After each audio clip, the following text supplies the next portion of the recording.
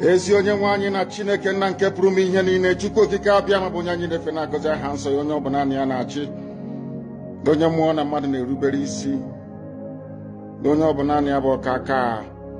Ụbọchị ene ka anyị na-etuga eze ebube dị ngọzi, mmalite na ọgwụgwụ. Ndị gboo wee tụọ oge ebighị ebi, onye nwe m, ụmụ gị wee gbakọọ n'ụwa niile iwe nara ozi ọma nke gị onwe gị n'ezi ha site n'ọnụ mmadụ dị ndụ na nke ebere dị ngọzi. Anyị wee na-asị na onweghị ihe ọbụla nke anyị onwe anyị bụ n'ihi na ọ bụ anụkpa ahụ sọsọ ka mmadụ dị ndụ bụ. Ofu ụbọchị anyị ga-anwụ, maka na okwu nsọ gị na-adịgị ma ruo mgbe ebighị ebi, n'ihi na okwu gị niile ga-abịarịrị na mmezu. Ọbịa nwere Biafra ga-eji wee bịa na mgbe nke anyị. Anyị wee na-akpọkụ wee na-arịọ gị na-asị, lekwa ude nke anyị na-asụ n'akwa nke anyị na-ebe ka o metụta gị n'obi. Onye nwe m na Chineke nna nke igwe, biko dịka isi wee napụta ụmụ gị n'ọbụ n'Ijipt si otu ọgbe wezuga ụmụ gị bụ ndị Biafra mgbodo ekwensu bụ zuu nke mmadụ dị ndụ kere. Anyị wee na-aja gị mma, na-asị gị n'ime ọnọdụ anyị na anyị ga-ekele ha nsọ gị, wee nye gị nsọpụrụ ụtọ na ịja mma mgbe niile, n'ihi na anyị enweghị chi ọzọ ewezuga gị. Anyị onwe anyị anaghị efe arụsị. Ọbịa mere iji wee na-agọzi nsọmụkwụ anyị niile. Ọbịa mere IPOB ji wee gbaa mgbọrọgwụ n'ụwa niile. Anyị anaghị atụ egwu mmadụ dị ndụ. Anyị wee na-eto gị eze ebube dị ngọzi, sị gị biko gbatara anyị ọsọ enyemaka. Ọ bụ naanị gị bụ onye anyị na-efe nwanyị bụ isi ala nye, ka i wee napụta ndị gị n'ọbụ nke ekwensu.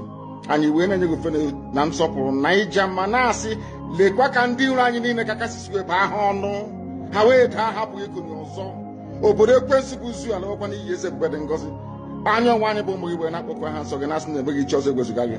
Anyị wee na-aja gị mma, wee na-eto gị, na-asị onye kere ihe niile kere eke mana nwere onye kere na otuto niile na nsọpụrụ niile na ịja mma niile site n'ebighị ebi mara ebi ka a na-arịọ gị. Ise.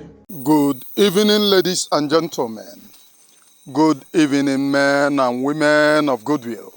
My name again still remains Onyebuchi Nwashibrobi, known as the Great Seer or the Sea of the Seer. And this message is going direct to Udele. Udele nwa mmoke no okpoko. Udele. Nke HIV gburu nne ya Udele. This message is going to you. And before I send this very message, I want to play this video that you posted on your platform before I will send the real message to you. Please, YouTube, permit me to play this very video. This platform does not support violence of any type, shape, or form. I do not support violence on this very platform, any time, shape, or form. Permit me to play this very video. I have no copyright of this very video, but my intention of playing it is for educational purposes. Watch this particular video, please. Shameless she-goat. Very, very shameless. The contract which you have taken on ala Biafra Koyano. Come to Biafra land, Kebino. Come to Biafra land. Isuzu chai here no bodo ibona UK. Come and pass the street of Biafra land. Kemara ihe okeji nti odueme ndara. Kemara ihe oku ji nti odueme ndara. You can zuzuo n'obodo oyibo ịbata. Imagine Uchechi ọbata ya were Nigerian security escort. Your husband is being detained by ndị Nigeria. You are using Nigerian security escort. Na-eshinyari pupu n'ike with infection ajụrụ everywhere. Ọhụ ike gị ka anyị hụrụ the other day, ya arụ ka ike kpakọshis. So you don't reach on where on a go dey threaten Uchechi. So she don't even dey use security because of honor. You don't reach on where on a go dey threaten the wife of supreme leader. Agwara m na kwefu unu ga-eri anụ onwe unu. Kunu niile unu ga-eri anụ onwe unu. Like all this on nonsense una dey do. Just restrict them to within on our this on our intra IPOB ESN BG.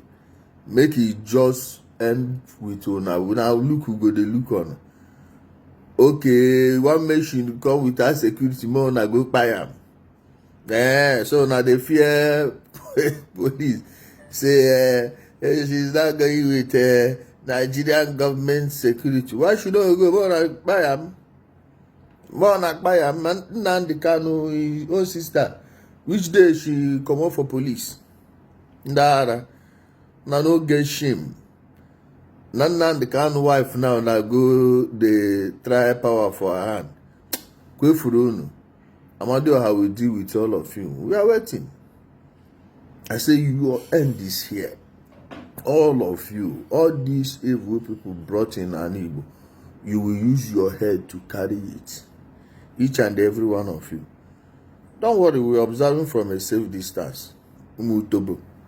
First, I would say disclaimer. What I said in this very video is that come to Biafra land. Is she afraid of coming to Biafra land? Let her come to Biafra land. We don't kill people, but we will shame her. Her shame, I always say it.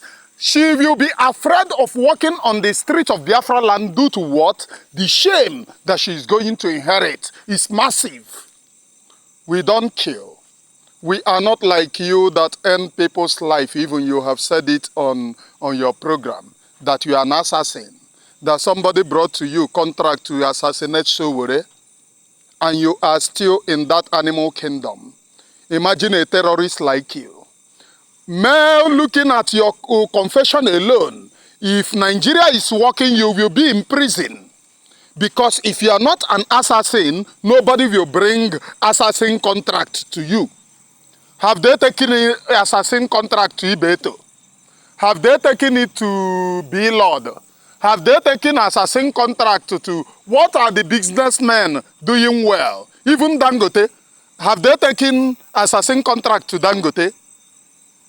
If you are not in the field of assassin, they can never bring assassin work to you. So, my message to Uchechi, you now change it to you want to buy Uchechi. No. Protest is allowed everywhere. And our people, when our people protest, you know the anger on our people. We will protest against Uchechi. If I say it, I will say it again. So remove the buying. I know how the video get to you. From on a group where they post them. Where Solu do there, all of on a day there. From on a group, on a there on a post them, abi. From there you see them. And Uchechi was panicking. You, where hate Mazi Nnamdi Kanu, and every time you are in consistent communication with Uchechi, what are you discussing with Uchechi? How to build the aeroplane, abi? Or how to build international airports?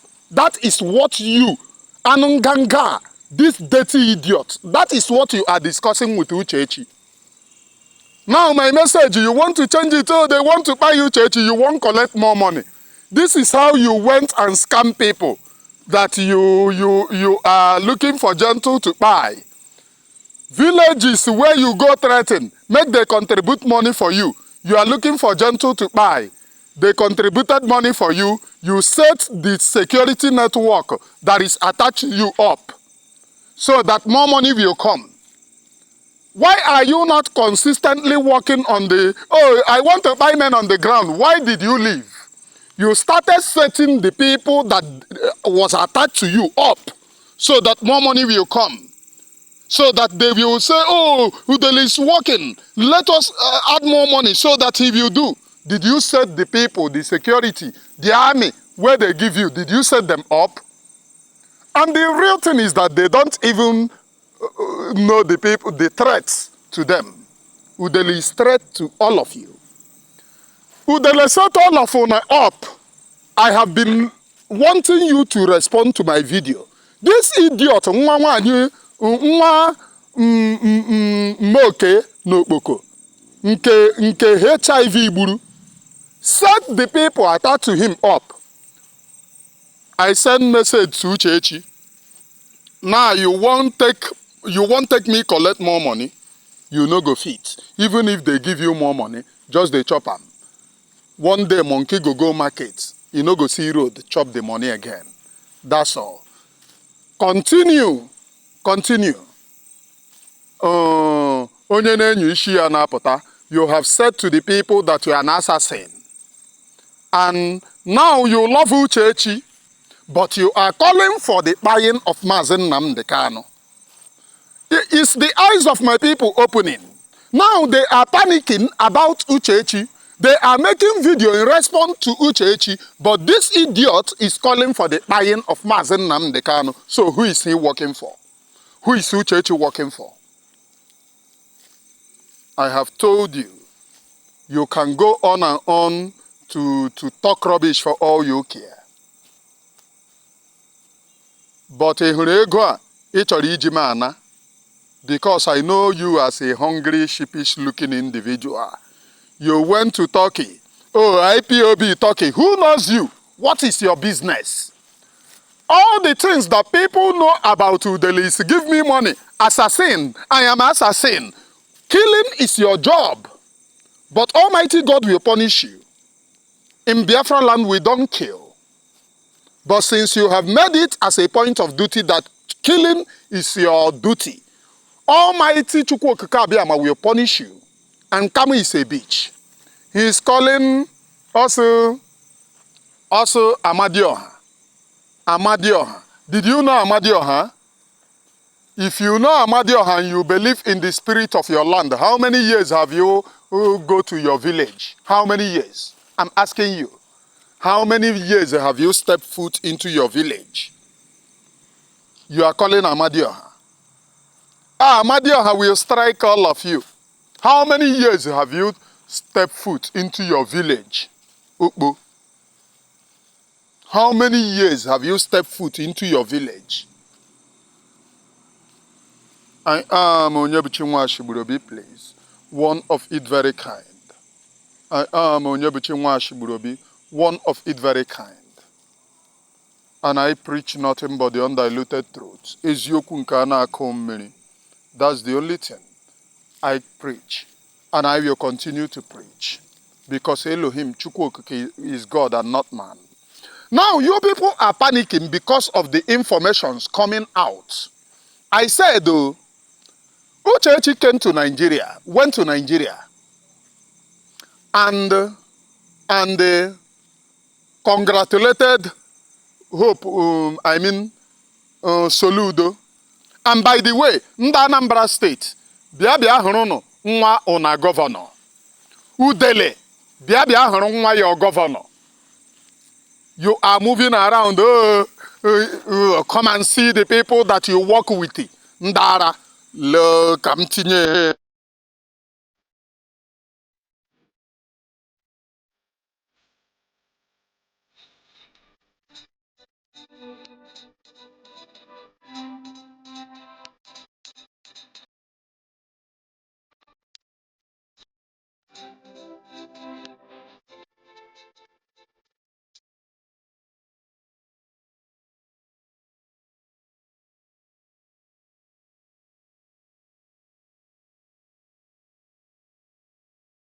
This is the son of our governor, Udele.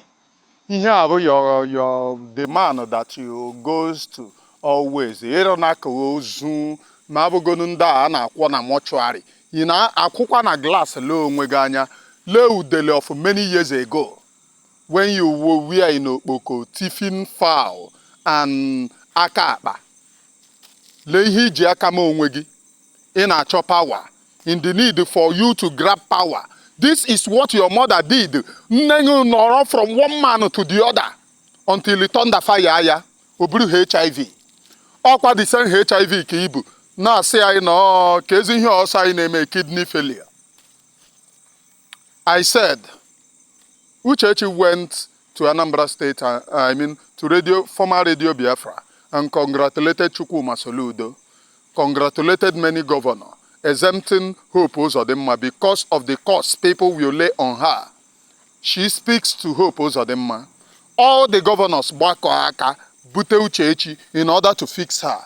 And I said, ọ bụrụ na Chukwuma Soludo, though he's okpontu, but ọ dị ka ọ na-eme double. If he is not Nata Uchechi, why must Uchechi want her husband dead?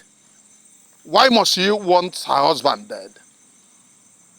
And you people are here shouting insecurity. Who created insecurity at the first place? Who created insecurity. It's insecurity worse than what Chukwuma Solu is doing in Anambra State. Which insecurity are you people talking about? When big man die, it becomes insecurity. But every day poor people die. Now they said, oh, there is no insecurity. But they kidnap poor people every day. They take them to prison every day. They kill them every day. And you are saying no insecurity. Go to Anambra State where Chukwuma Soludo is a Okope. People, by Anambra State people, vigilante, ndakodo, yana ndita sauce, they buy people always. At the back of Coca-Cola, I have said this and I will say it. They buy the man driving tipper. At my back, I was there and it happened. Not that somebody told me. I was at the back of Coke and it happened. Go and verify.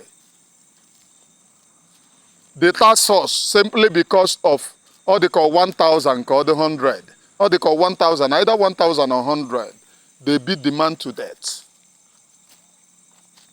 So, it is not insecurity.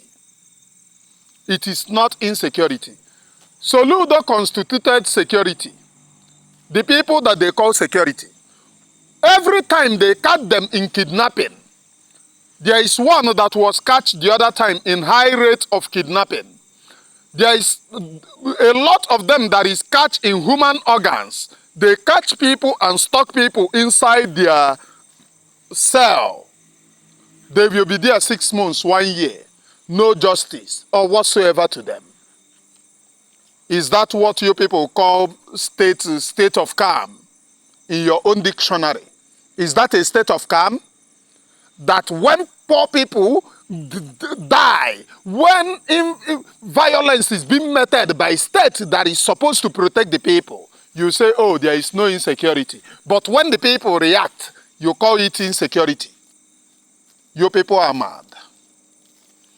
In the entire Biafra land, starting from the lower Bini, you people brought Fulani herdsmen killing and kidnapping people, right? Have any one of you, Udele, if you are not ashamed of yourself, have you summoned courage to speak about the menace of Fulani? Have you summoned courage? Have you summoned courage to speak about the menace of Fulani who are kidnapping our people? The answer is no. You are talking rubbish. Ebego Yeshiapota, that is where you are. Don't use me and chase clout too. Don't use me and chase clout. Focus on your lane.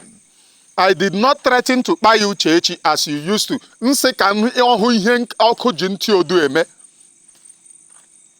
I did not threaten to buy you Uchechi. What I said is that we will protest. Even I said it, you went and cut out where I talked about protest on her. Then you leave, and it is consigned to you. Were you not the person that want Mazi Nnamdi Kanu dead? So you want Mazi Nnamdi Kanu dead, then Uchechi will leave.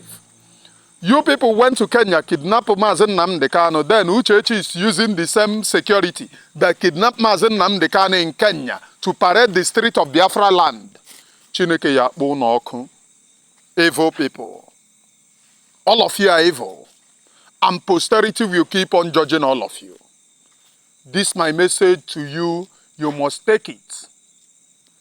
If you like, continue forwarding because you are very good at forwarding. In a day to DSS, in a day, because be working begin woroge jagi shi na sanko 2 years. Potane kukwari, oh, ihe merebu, na agari gaga, nata court order, on a court on a break, 2 years, or ihe piachana na prison. Potane nye excuse, what useless excuse? Oh, nejikwe we pota, asena court aru pota, is that not your Nigeria? Why don't you enjoy your one Nigeria? And you came out and complaining that Ebukobi uses some bad police people in order to detain me and some corrupt judge. You complain, haven't you shut up? If you have power, go and challenge Ebukobi. Or Amu Ibukobu. Stop looking for children that you will kidnap. You shamelessly mentioned that in your village you find a lot of youth that wants to join IPOB. You said it in your platform that you killed a lot of youths. And that is not a state of concern to you.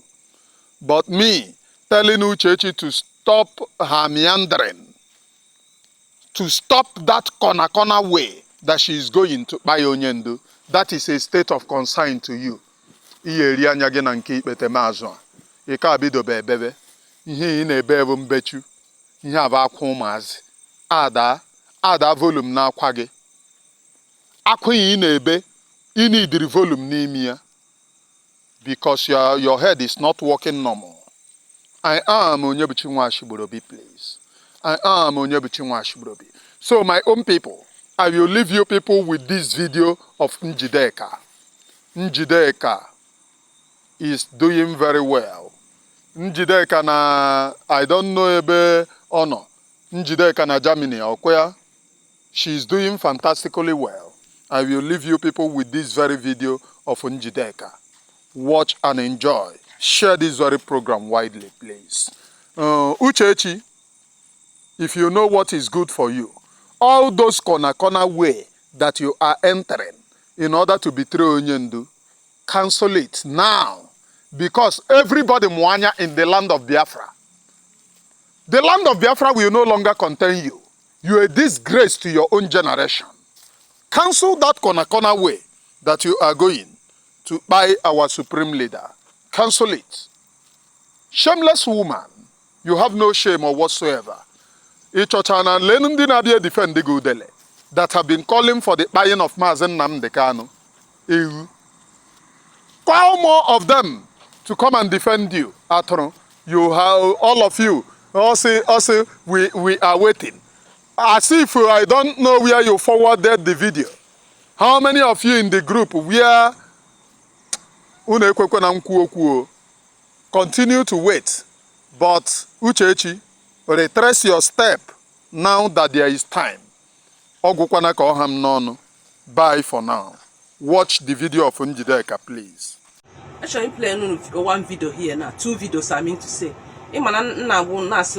Another evidence. She na saw nkita ha ma ihe mere Mazi Nnamdi Kanu.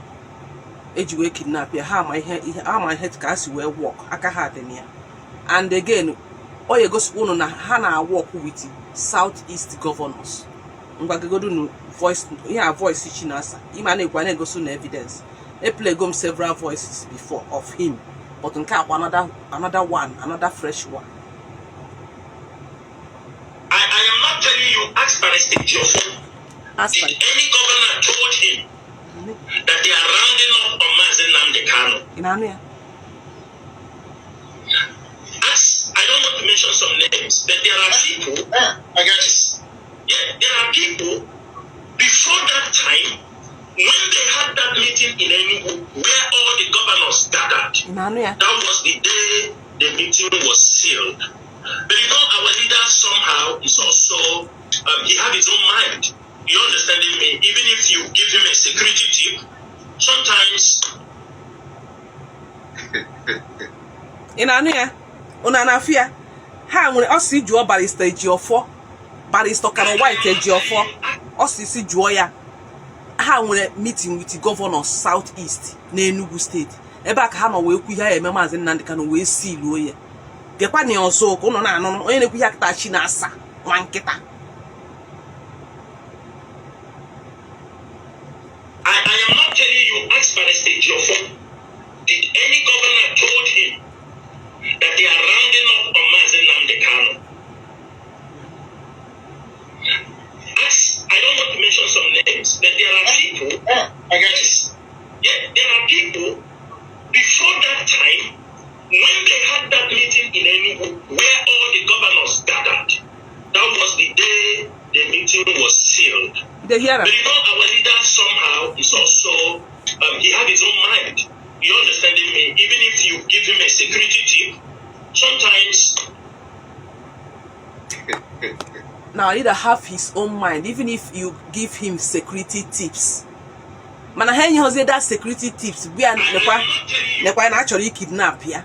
emecha ha seal o si juo barrister Karo White eji ofo onye na so na after Chinasa Nwankita nke another evidence ọkwụna afụgie ihe these people mere ha ma ihe mere Mazi and our leader was supreme leader Mazi Nnamdi Kanu ha memi n'anya ka ha gbuo ye ka ọnwụọ ka ha je ozugbo ha kidnap ya ha rush ya ebe ego dị maka ihe ha na target ha bu ego pon ego federal government buru ihe zuo ha ụrụ ego na amount pata out that time president Buhari si na ha wepụta not how many of not 200 billion cos na ego ne egwa pụtara onye ọbụla ya enwe ike ikidnap Mazi Nnamdi Kanu na ya enye the money ọ kwuru ya ọ ya ka Chinasa Nwankita na ndị otu ha nụrụ ego isi za ha wee mee the deal wee lee Mazi Nnamdi Kanu ọ kwuru afọ na ha na work with South East governor ka m play another one ka unu kwetekwe onye unu ya n'onye na-awụ obi anọkwa unu ya n'onye ka ọ bụrụ na ha na IPOB na-arụ ọrụ na-ege ntị ka ndị na ndị na ha na-arụ ọrụ a Chinasa Nwankita Chike Dozie m Tony Womboturu nzuru imike Madam Isaiah Uba Ọfọma keke ha niile ahụ gee ntị na onye gọvanọ and mama na Chinasa Nwankita gwakwara ya na devil mahia gọvanọ ma devil mahia nyekwuru ofu onye DXDOS $500,000 ka ọ kwụsị ime ihe Biafra ma Chinasa Nwankita sikwa no be him o na ọbọpụ ya ka e nyere ego ahụ mana ọ chọghị ịgwa ya onye nyere ego ahụ up to today mụ na ihe Chinasa gwaba ya onye nyere da mụ na ndị ọsụkwa na ọ bụrụ ya ọ bụ na ọ nọ ha na the deal na ọ nọ ha na business a ka o si mara genu Solu do ntị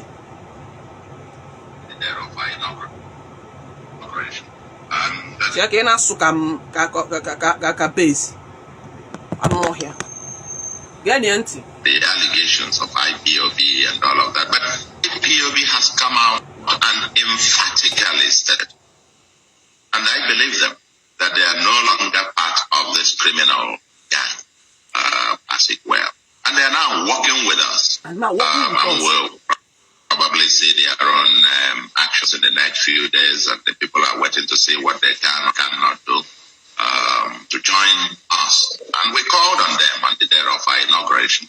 That if you are not part of this, come, as it were. And they are now working with us. And we'll probably see their own actions in the as it were. And they are now working with us. And we'll probably see their own actions in the next few days, and the people are waiting to see what they can or cannot do to join us. And we called on them on the day of our inauguration. That if you are not part of this, come, this criminal gang, as it were. And they are now working with us. And we'll probably see their own actions in the next few days, and the people are waiting to see what they can or cannot do to join us. And we called on them on the day of our inauguration. That if you are not part of this, come, the allegations of IP. Who is those people that Governor Soludo said that they are working with them? IPOB. Who are those people? Chinasa Nwankita, Chike Dozie, Tony Womboturu nzuru Isaiah Uba, Keke Oda, Ọfọma, Agbanyim, ha niile. Governor is telling you now, they are now working with them. They are now working with us. Even na the day on inauguration, na ha biakwara. If if a governor can come out and say something like this, and the same Chinasa Nwankita gwara former governor Ebonyi State Devil Mahe gave one of ex-DOS member $500,000 for him to abandon Biafra agitation. Jusie Chinasa Nwankita, how did you know? How did you know? And why is he hiding? Up to today, Chinasa Nwankita is still hiding that person. Devil Mahe that $500,000 for him to abandon the struggle. Up to dog, he's hiding it. If Chinasa Nwankita is not among the business, how you put up? If Chike Dozie is not among the deal, how you put up? unu na-agwa m na ọ bụ na Mazi Nnamdi Kanu ka enye that money $500,000 or no Mazi Kanu nta Kanu or Prince Meme Chinasa nwa nkịta na Chinchi dozie mma keke ụda ha kara ịpụtago gbaa ya na nweta kpọpụta the evidence but na Chinasa nwa nkịta is still hiding that DOS member the ex-DOS member, one of them also nenye the money also why not to him Devil Mahe gave one of one of it was secure that Devil Mahe gave one of the DOS member $500,000 for him abandon the struggle, but not him not him also not me why I drop where money maka enyere ego mana also no hụrụ ya mgbagbo ọjọọ na ko hedi ya. These people now work with Southeast governors now work with the federal government. They have sowed this struggle for long. Sowed Mazi Nnamdi Kanu sowed struggle. But ihe achebe nebe Mazi Nnamdi Kanu no or work. Our supreme leader Mazi Nnamdi Kanu. Ihe achebe nebe no work. Because ihe achere uka egbuo ye na Kenya. Mo akpatazie here egbuo ye mo atukpo your life imprisonment or ihe achere. Or ya mere anybody obuna kuitere ka okwu Mazi Nnamdi Kanu release. Ha ya gbambo funa ha bịa attack to that person. Ifria he because of block or Israel, block or America by saying America chuo Mazi Nnamdi Kanu also, Israel chuo also. Tom tazi na support Iran. Why ni ihe a na-agwa wasi onwekwa America chuo Mazi Nnamdi Kanu also, onwekwa Israel chuo also. Ihe na the blocking stop ka ha na-achọ. Ha achọghị ebe ọbụla ya esi mee ka enwe ike release Mazi Nnamdi Kanu ka anụ onye mara ihe na-eme. But Nkechukwu jikara ọnụ, Nkechukwu oke jikara ọnụ. Mazi Nnamdi Kanu still in prison, but still now work hard. Now work hard and now you're not do that. Man no go now underground. I have chosen the underground. Now that Mazi Nnamdi Kanu is select go, the people are all the principal officers. We are not going to work underground. I am congratulating myself. You understand? Because I'm among principal officer. We are not going to work underground. I am not really enough. Mugwe go na afia na kpoto na Canada here. Canada ya na do da. Aya try ka if na Canada with the highest. Aya na nunu ha na this Canada. Uri afia ye mono nanya. Ka bu na ihe na aza otu esi eme obe to superior. Otu esi arụ ọrụ, otu mmadụ si arụ ọrụ with all his or her heart. Unu pụta, let's struggle. Gasa media, gasa IPOB, chususi onye ọbụla na ebe na eme ihe ine na ego na kpuo. Unu disappear 5 years, all of a sudden, a month now or 2 weeks now, or maybe 1 month or 2 months now. Unu apụtara na kwuokwu ma Chike dozie maka eke ụda unu na mapụtacha na Chinasa nwa nkịta unu mapụtachazie bịakọnụ bịa buru ego bịa rie ọzọ ndị ohi bịakọnụ bịa rie unu na-abịa eri ego du ndị oshi na-eri ego ESN atụcha ego ESN nye unu na-eburu no agụ a na-egbu ha egbu Mazi na n'ime ọhịa bịakọnụ bịa rie ọzọ ndị oshi unu mọsụ jeje ọrụ unu ya arụ unu akastigo bụ na unu akastigo endigo nke unu kpọtara madam Imiezi kpọta Uchechi ka ọ bịa convince people unu kpọtara Uchechi n'ụdị n'ọkwa na nwunye Mazi Nnamdi ka ọ bịa convince people tinchara anyị wee ewu unu chiri anya mara ihe onye anyị lọfụ Mazi Nnamdi Kanu and onye anyị fụ wee bịa na this struggle anyị afụrụ Uchechi wee bịa na this struggle so unu je mechaa damage control unu ahụ dịrị unu eburu na that side kpaanụ DOS unu